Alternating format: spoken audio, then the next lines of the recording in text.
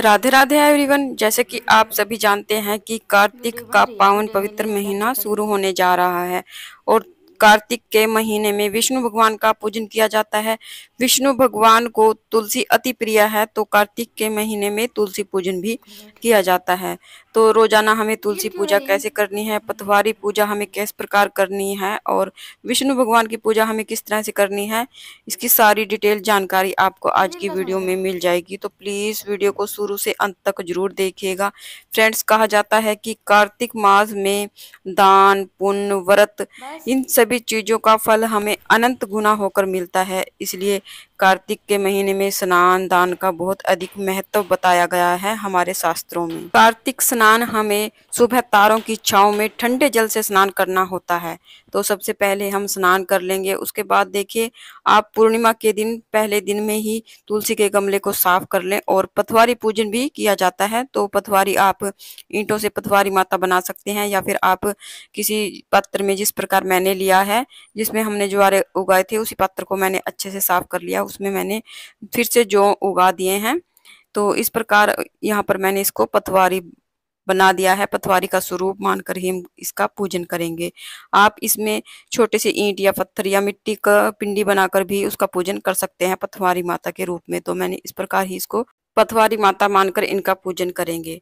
तो सबसे पहले हम तुलसी माता को चुनरी उड़ाएंगे। और किसी देव वृक्ष की हम जब पूजा करते हैं तो सबसे पहले उसमें हम जल सींचते हैं। और जल में मैंने थोड़ा सा कच्चा दूध और एक थोड़ी सी चीनी हम मिला लेंगे या मिश्री मिला लेंगे। थोड़ी सी मिलानी है, हमें ज़्यादा नहीं मिलानी है, क्योंकि मीठे से पौधा खराब होने का भी डर रहता है। और थोड़ा थोड़ा जल हमें सींचना होता है, एकदम से ज़्यादा जल हम नहीं सींचेंगे, क्योंकि कार्तिक के महीने में सर्दियां भी शुरू हो जाती हैं। उसके बाद हम देसी घी का दीपक जलाएंगे।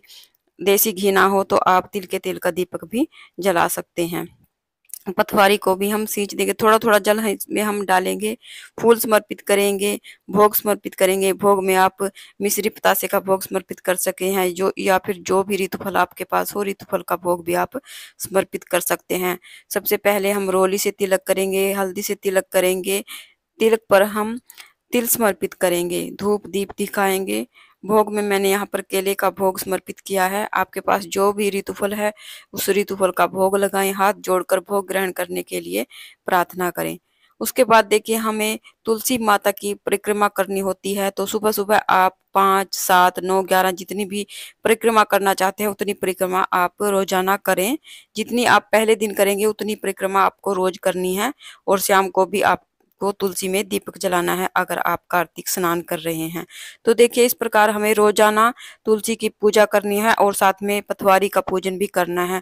अगर आपके घर में लड्डू गोपाल जी हैं, तो अगर आप सुबह सुबह लड्डू गोपाल जी को जगा देते हैं तो आपको लड्डू गोपाल जी यहीं पर बिठाकर पूजा कर सकते हैं, या फिर आप मंदिर में भी उनकी पूजा कर सकते हैं। तो मैं लड्डू गोपाल जी को थोड़ा लेट जगाती हूँ, तो इसलिए मैं लड्डू गोपाल जी की पूजा थोड़ी देर बाद करती हूँ। क्योंकि कार्तिक के महीने में ठंड बढ़ जाती है, तो इसलिए मैं लड्डू गोपाल जी को यहाँ छत पर नहीं लेकर आती हूँ, क्योंकि बालकनी में मेरी तुलसी माता विराजमान है। उसके बाद आप शालिग्राम भगवान या विष्णु भगवान के किसी भी स्वरूप का पूजन कर सकते हैं तुलसी माता के पास रखकर। और यहीं पर बैठकर हम तुलसी माता की कथा सुनते हैं, भजन कीर्तन करते हैं। अगर आप कोई मंत्र माला का जाप करना चाहते हैं तो वो भी कर सकते हैं। और ये मोस्टली 1-1.5 घंटे की पूजा रहती है। सुबह हम करते हैं, तुलसी माता का पूजन करते हैं। सुबह सुबह पहले दिन तो हमें बहुत अधिक समय लगता है, और उसके बाद आधा घंटा या पौना घंटा, जितना भी आप में सामर्थ्य है भजन कीर्तन करने का, उतना समय आप लगा सकते हैं तुलसी माता की पूजा में, पटवारी पूजा में। फ्रेंड्स, पटवारी पूजा, तुलसी पूजा करने से माता लक्ष्मी और विष्णु भगवान अति प्रसन्न होते हैं। घर में धन धान्य के भंडार भरते हैं। घर में कभी भी अन्न धन की कमी नहीं होती है। तो हमें कार्तिक मास में स्नान और तुलसी पूजा और लक्ष्मी पूजा जरूर से करनी चाहिए। पटवारी पूजा भी साथ साथ आप कर लें, इससे घर में अन्न धन के भंडार भरते हैं। और हमारे शास्त्रों में बताया गया है कि कार्तिक मास में स्नान दान का बहुत अधिक महत्व है। अगर कोई मनुष्य कार्तिक मास में स्नान करता है, दान करता है, दीप दान करता है, तो उसका अनंत गुना फल हमें मिलता है। अनंत का मतलब यानी कि पीढ़ी दर उसका फल हमें मिलता है, जिसका फल कभी खत्म नहीं होता है।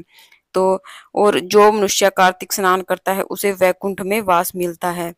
तो तुलसी पूजा जरूर से करें। फ्रेंड्स, अगर आपको पथवारी पूजा और तुलसी पूजा की सरल सी पूजा विधि अगर आपको अच्छी लगी है तो प्लीज वीडियो को लाइक कीजिए और साथ ही मेरे चैनल को सब्सक्राइब कीजिए।